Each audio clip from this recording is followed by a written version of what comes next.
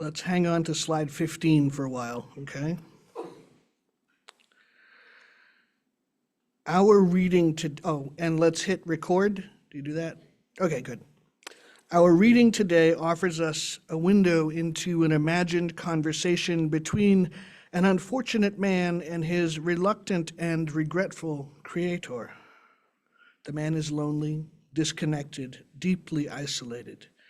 He has been driven from every community where he has attempted to find friendship. He is without companion or affection. It has driven him into a state of rage and hatred at the one who caused his predicament, his creator, who now refuses to create someone to be his mate, dooming him to a lifetime of isolation and despair. He appeals for a companion, a partner with which he can spend time, one who will not reject him as the rest of the world has done.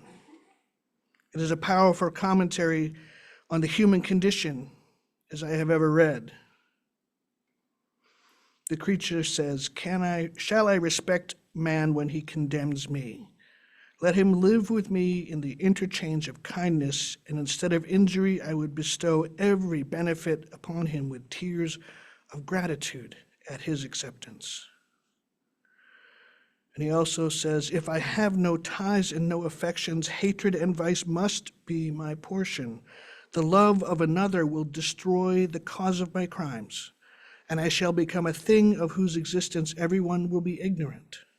My vices are the children of a forced solitude that I abhor, and my virtues will necessarily arise when I live in communion with an equal. I shall feel the affections of a sensitive being and become linked to the chain of existence and events from which I am now excluded. The author, who I want to mention was 19, starkly illustrates the very core of humanity's existence, the need for love, the need to be in relationship, the need to belong somewhere or to someone. The conversation, of course, is not between God and Adam or even between God and someone else. Let's do slide number 16. It is between the character of Dr. Frankenstein and his monster.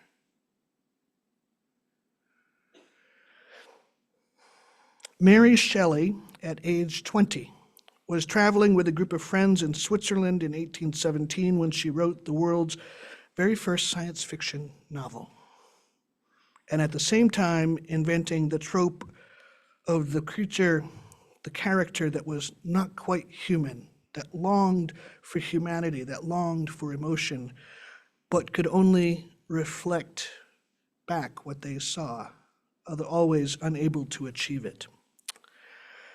Mary Shelley's husband, Percy Shelley, and poet Lord Byron were among the party that were traveling. They had all been reading German ghost stories at the time, and Byron devised a contest to see who could write the best story. The full story is a little more salacious and far more complex than that.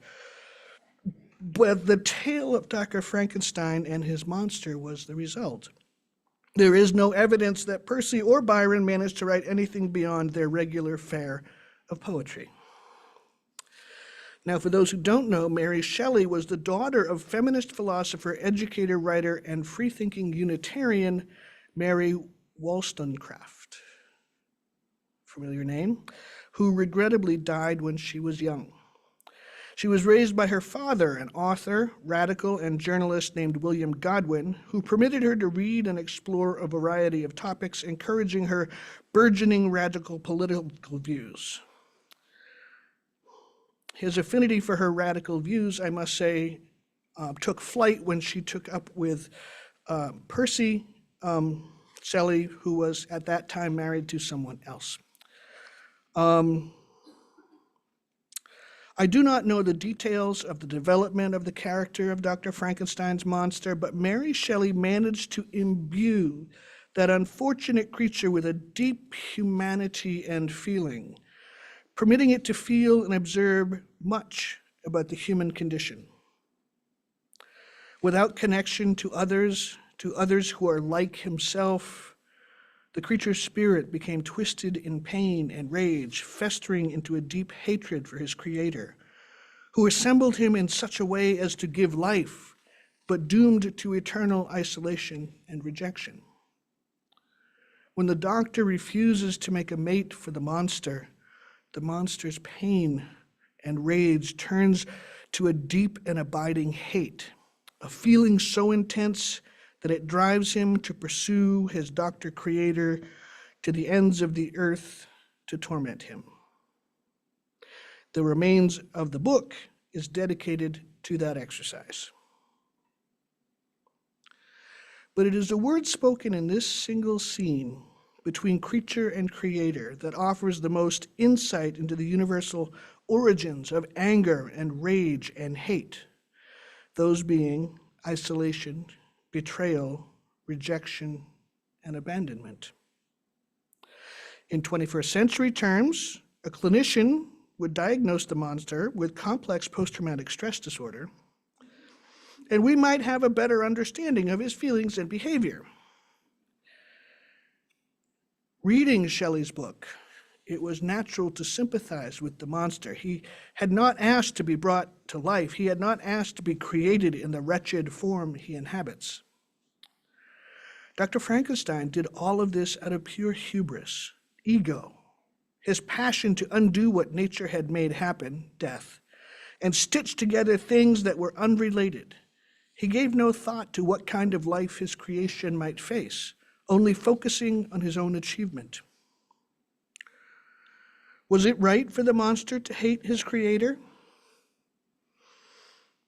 The monster clearly articulates his plight. Without love and connection, all his feelings putrefied into hate and rage. Psychologists and scholars of all kinds have spent ages exploring the nature of hate, but I read nothing that improves upon Mary Shelley's basic description here. Hate involves anger, hurt, betrayal, and perhaps revulsion and contempt. Hate requires a person to view the object of their hate as something other than human. Certainly, Dr. Frankenstein views his monster as less than human, but reverse ways, the monster reviews the doctor as something other than human. This is about people, and people can be hurt by the ways we choose to express our emotions. Hate is powerful, powerful stuff. Is it ever appropriate to hate somebody? And if so, why? And how do we express that? All the literature says that hate is a very human emotion. Each of us has the capacity to hate. With that in mind, one might think then that hate is okay. It's a human thing, unavoidable and natural. Therefore, we should embrace it and not feel bad about hating others. Okay, well, that doesn't feel right. So what I say to that is, well, that depends. What is the source of our feelings of hate? Are we mad because we've been rejected? Are we hurt, humiliated, betrayed, injured in some life-altering kind of way? Or are we outraged on someone else's behalf? Do we hate a bully who torments others? A husband who beats his spouse? Do we hate someone like Dr. Frankenstein who could alleviate the suffering of another but refuses to do so? What about bigots, child abusers, people who hurt the helpless or hurt nature? People who act out of their own greed without regard for the well-being of others. So for years, I hated Ronald Reagan. And I mean, I hated Ronald Reagan. I'm not entirely sure I am done hating Ronald Reagan, to be honest. It was his refusal to act, to support research and prevention projects for HIV/AIDS that killed so many thousands of gay men, IV drug users, and people of color. I cannot count the number of friends gone from this earth, now represented only by a 3-foot by 6-foot piece of cloth on a giant quilt. He could have done something to alleviate the suffering, but he chose not to for his own political gain. They don't vote for me. Why do I care? It is that betrayal that hurts the worst. It's one thing to hurt somebody accidentally, but quite another to tolerate the suffering of others because you don't actually care if they live or die. Hitler, okay, he was certainly a hateable guy. With what kind of emotion do we view a mass murderer? One who sought to exterminate whole swaths of population because he did not like how they worshipped or how they loved or the color of their skin. Now, history has told us that young Adolf was an unhappy child, a frustrated artist, and a bit of a laughingstock in most communities. Does that justify his own hate? It certainly does not justify his actions later on. So is it okay to hate him? What about our commitment to the principle that every person has inherent worth? Did Adolf Hitler have inherent worth? Is there some part of that man with which we can empathize? Can we humanize him?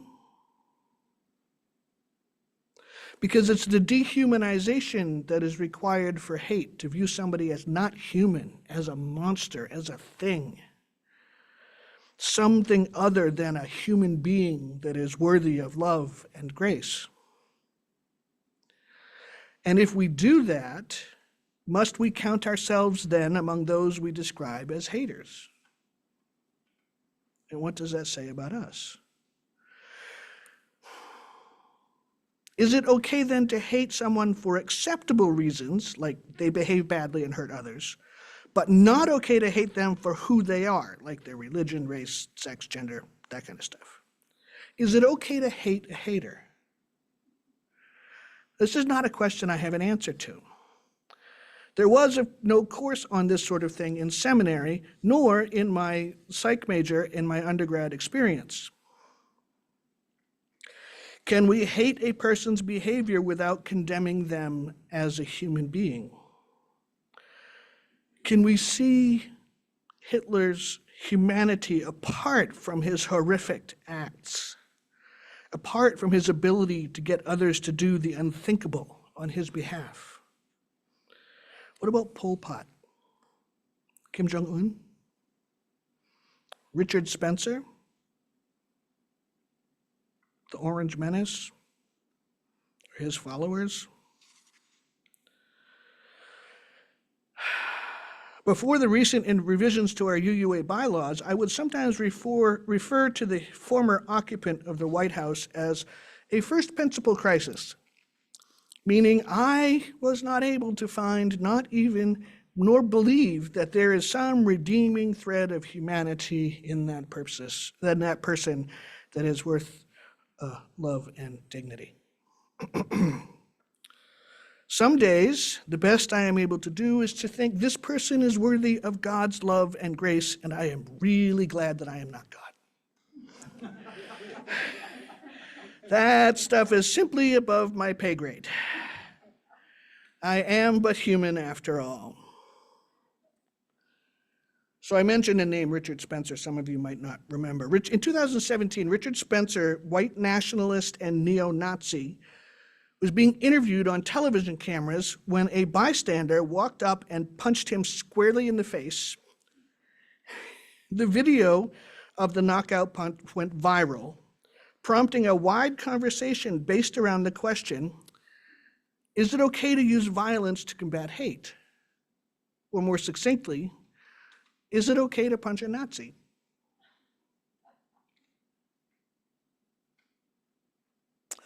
Slide 17, please. Remember her?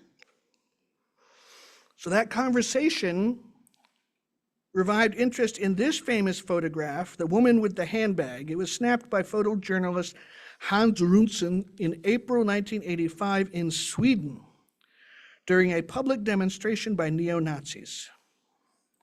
The woman with the purse Danuta Danielson was a Polish immigrant whose mother had been taken to the death camps during World War II. And she had some opinions about these young people who thought that Nazism was a good idea.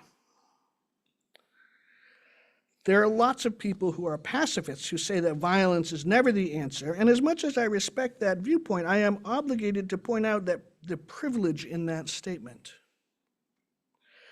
A commitment to nonviolence requires a degree of willingness to suffer that not everyone has or can afford. It is one thing to stand in the way of a hater prepared to be assaulted, but if we see a hater preparing to hurt someone else, say a child or an elder or an immigrant, what is our obligation then? What if talking to the hater has no effect? What if standing in their way simply means we get marched over on their way to hurt the person we were trying to protect? Is either of those scenarios any value to the person being targeted? I imagine somebody saying, there was a really nice person who stood right in front of me as the attacker approached, but they didn't fight back and they got squished, so then I got hit. That's not actually helping, folks. So are we willing to use violence to stop a larger wrong? That's deep stuff. Danuta Danielson understood that the only language the Nazis would recognize was the language of violence. So she obliged them. The rest of the town also obliged them that day, chasing the group down, pelting them with eggs and kicking them viciously.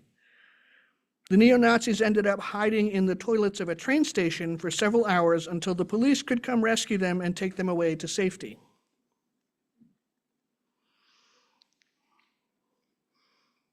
I don't think any charges were filed. So if your opponent is willing to use violence and will not be stopped by nonviolent means and is intent on doing harm, then I would say it is okay to punch a Nazi. In fact, I would say we have a moral imperative to do so. You know who were nonviolent in Germany in the 1930s? Collaborators. Collaborators were nonviolent. Collaborators refused to protect their neighbors who were targeted by the SS. They came through the war able to say they had not raised a hand against anyone. But how many died for them to make that claim? So I ask again, is it okay to hate? Is it okay to punch a Nazi? Hit him with a handbag? Kick them unconscious in the street?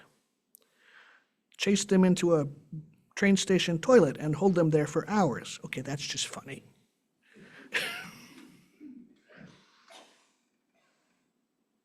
And what is the outcome if violence is not used to stop fascists? Fascism. That's the result. That is the truth. Dr. King told us that the only thing to stop hate is love, and I'd like to believe that he was correct. There are stories of people who have been loved out of hate groups, and I laud the efforts made by those who are able to facilitate those conversions.